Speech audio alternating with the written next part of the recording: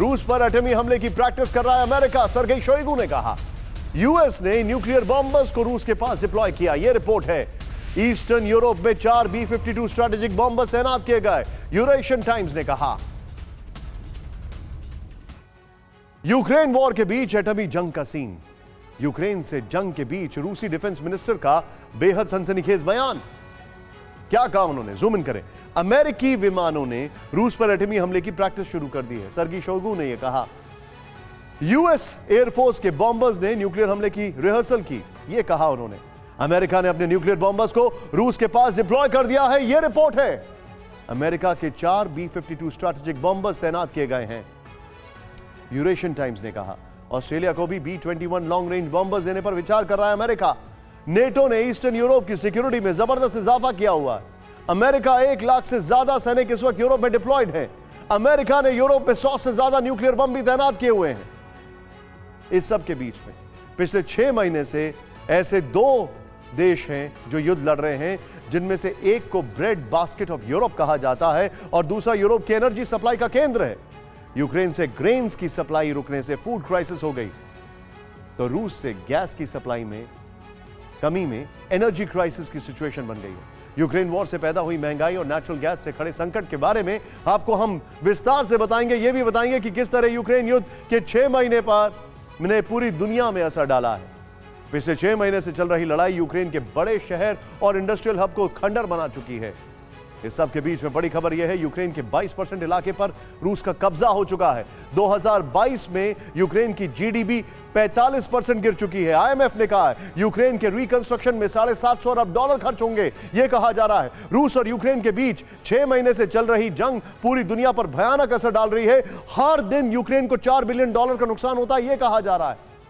6 महीने बाद भी युद्ध थमने के आसार नहीं दिख रहे हैं, यानी यूक्रेन वॉर के साइड इफेक्ट अभी पूरी दुनिया को झेलने होंगे। इस युद्ध की पूरी दुनिया को क्या कीमत चुकानी पड़ी है, अभी दुनिया के सामने क्या खतरे मंडरा रहे हैं, आप खुद देखें इस रिपोर्ट में।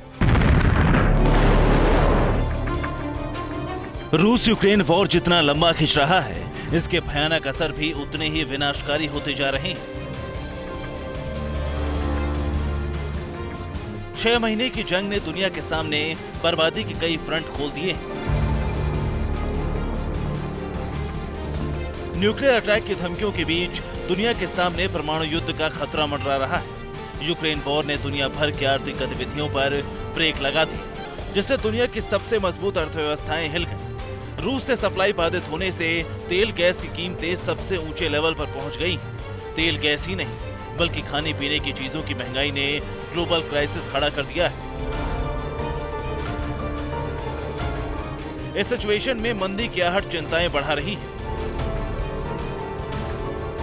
हालात कितने नाजुक हैं, ये इंटरनेशनल मॉनेटरी फंड की वर्ल्ड इकोनॉमिक आउटलुक रिपोर्ट बताती है। इस रिपोर्ट में यूक्रेन वॉर शब्द का इस्तेमाल 200 बार किया गया है।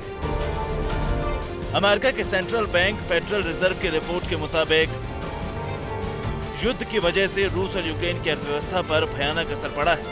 रूस की जीडीपी ग्रोथ रेट माइनस में चली गई, यूक्रेन का हाल और भी बुरा है।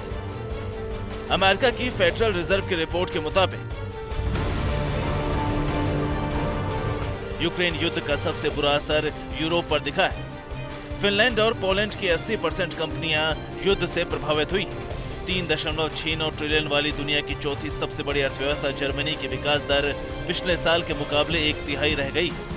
युद्ध की वजह से जर्मनी को रूस से तेल और गैस की सप्लाई में अड़चन आई।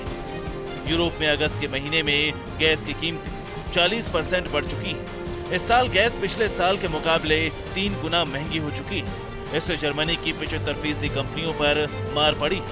ब्रिटेन और फ्रांस की विकास दर भी पिछले साल के मुकाबले आधी से भी कम रह गई। Federal reserve board staff calculations के मुताबिक रूस यूक्रेन युद्ध का सबसे बुरा असर मैन्युफैक्चरिंग इंडस्ट्री पर पड़ा है। इनमें से ज्यादातर युद्ध से पहले ही मुश्किलों से जूझ रहे थे।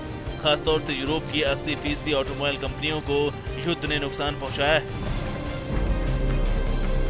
युद्ध की वजह से ग्लोबल जीडीपी में 1.5% की गिरावट आई, जबकि ग्लोबल महंगाई दर 1.3% बढ़ी।